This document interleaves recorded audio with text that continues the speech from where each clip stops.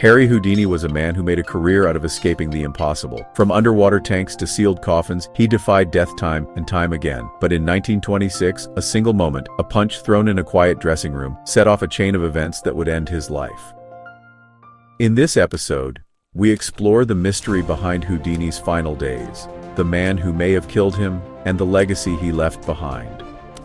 You'll learn how a magician became a myth, how a skeptic became a target, and how a single decision may have cost him everything. This is not just a story about death. It is a story about obsession, resilience, and the price of greatness. Born Erich Weiss in Budapest in 1874, Houdini immigrated to the United States with his family and grew up in Appleton, Wisconsin. His early life was marked by poverty, but also by an insatiable curiosity and a drive to stand out. He began performing as a trapeze artist at age 9, and later adopted the stage name Harry Houdini in tribute to the French magician Jean-Eugène Robert Houdin. Houdini's big break came when he shifted from card tricks to escape acts. He challenged police departments to lock him up, only to escape moments later.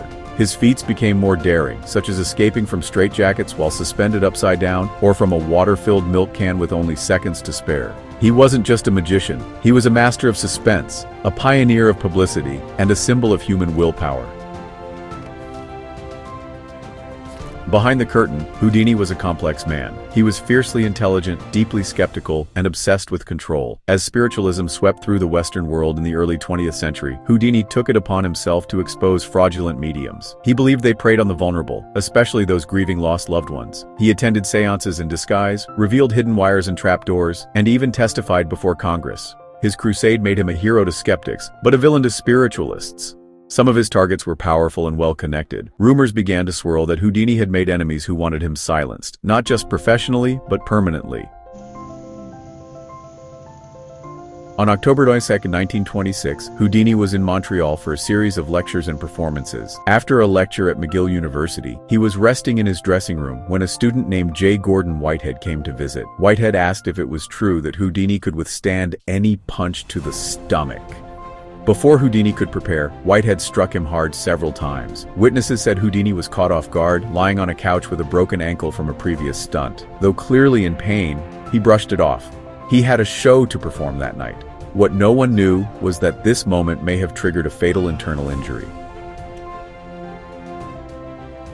Over the next few days, Houdini's condition worsened. He experienced severe abdominal pain, fever, and nausea, but he refused to cancel his shows. He believed in pushing through pain and in never disappointing an audience. He traveled to Detroit for his next performance, despite being barely able to stand. His assistants begged him to see a doctor. He refused. He believed the pain would pass, but it didn't. It grew worse, and by the time he finally agreed to go to the hospital, it was too late.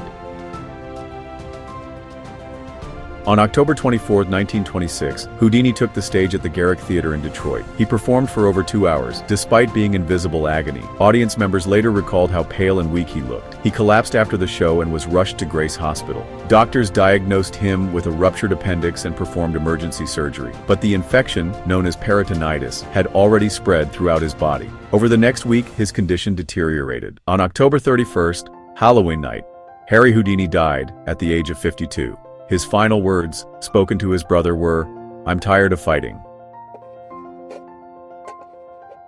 The official cause of death was peritonitis from a ruptured appendix, but the timing of the punch raised questions. Did Whitehead's blow cause the rupture, or did Houdini already have appendicitis and simply ignore the symptoms? Some believe the punch accelerated a condition that was already developing. Others argue that Houdini's refusal to seek treatment was the real cause. And then there are the conspiracy theories. Some spiritualists had publicly threatened Houdini. Could someone have poisoned him? Was Whitehead acting alone, or was he sent? No evidence ever confirmed foul play, but the mystery remains. J. Gordon Whitehead was never charged with any crime. He disappeared from public life shortly after the incident. Little is known about him, and no formal investigation was ever conducted. Some described him as awkward and overly eager. Others believed he was manipulated. Whitehead's motives remain unclear. Was he simply a fan who went too far, or was he part of something larger? His silence only deepened the mystery. To this day, his role in Houdini's death is one of the most debated elements of the story. Despite his skepticism, Houdini was fascinated by the idea of life after death. Before he died, he made a pact with his wife, Bess. If there was a way to communicate from the beyond, he would send her a secret code. For 10 years, Bess held seances on Halloween night, waiting for a sign. She worked with respected mediums and even hosted a final seance on the roof of the Knickerbocker Hotel in Hollywood. But Houdini never came. After a decade of silence, Bess extinguished the candle she had kept burning for him and declared, 10 years is long enough to wait for any man.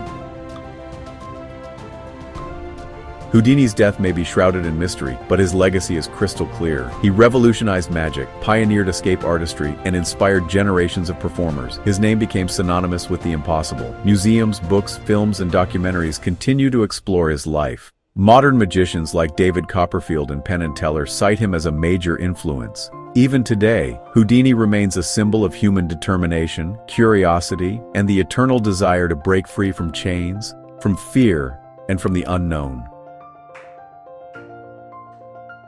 Harry Houdini lived to defy death. But even legends have limits, and sometimes the greatest escape is the one we never see coming. Thank you for joining us on this journey into the life and death of Harry Houdini. If you enjoyed this story, don't forget to like, spikes dala boy, dure, deskoas subscribe, nudlas soetur, dewezoi, nabres and share stuffer, detsikapursi, wet with fellow mystery lovers. And now we want to hear from you. What do you think really happened to Houdini? Was it the punch, the pride, or something more sinister? Drop your theory in the comments below.